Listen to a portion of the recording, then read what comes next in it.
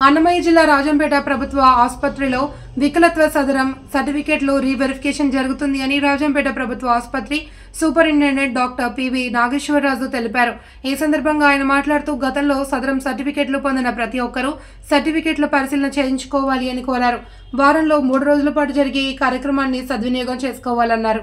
కడప నుండి ఆర్థో విభాగం సదరం సర్టిఫికెట్ పరిశీలన అధికారిగా డాక్టర్ మహేదర్ రెడ్డి వచ్చి పరిశీలించడం జరుగుతుంది అని రోజుకు 50 సర్టిఫికెట్లు పరిశీలిస్తారని తెలిపారు। అర్హులైన ప్రతి ఒక్కరూ ఈ క్యాంప్ను సద్వినియోగం చేసుకోవాలి అని, లేని పక్షంలో సర్టిఫికెట్లు రద్దయ్యే అవకాశాలు ఉన్నాయన్నారు।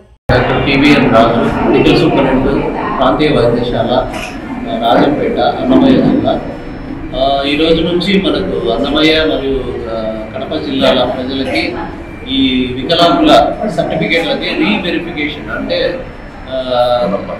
ఇంతకుముందు ఇచ్చిన సర్టిఫికేట్లని మళ్ళీ రీవెరిఫికేషన్ చేసి జెన్యూన్గా ఎలిజిబుల్ ఉండే పర్సన్స్కి ఈ పెన్షన్ల కార్యక్రమం గురించి మనకి ప్రతిరోజు 50 మంది లాగా వారానికి 3 రోజులు మనకి ఒక ఆర్థోపెడిక్ డాక్టర్ రిమ్స్ కడప నుంచి డాక్టర్ మహీదర్ రెడ్డి గారు వచ్చారు।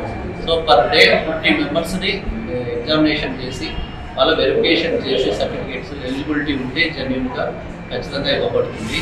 కావున రాజంపేట పరిసర ప్రాంత నియోజకవర్గ ప్రజలు అందరూ ఇది వాడుకొని స్లాట్స్ బుక్ చేసుకొని ఖచ్చితంగా రండి। మీరు రాకుండా ఇంటి దగ్గరే ఉంటే ఆ సర్టిఫికేట్లు క్యాన్సిల్ అయ్యే అవకాశం ఉంటుంది।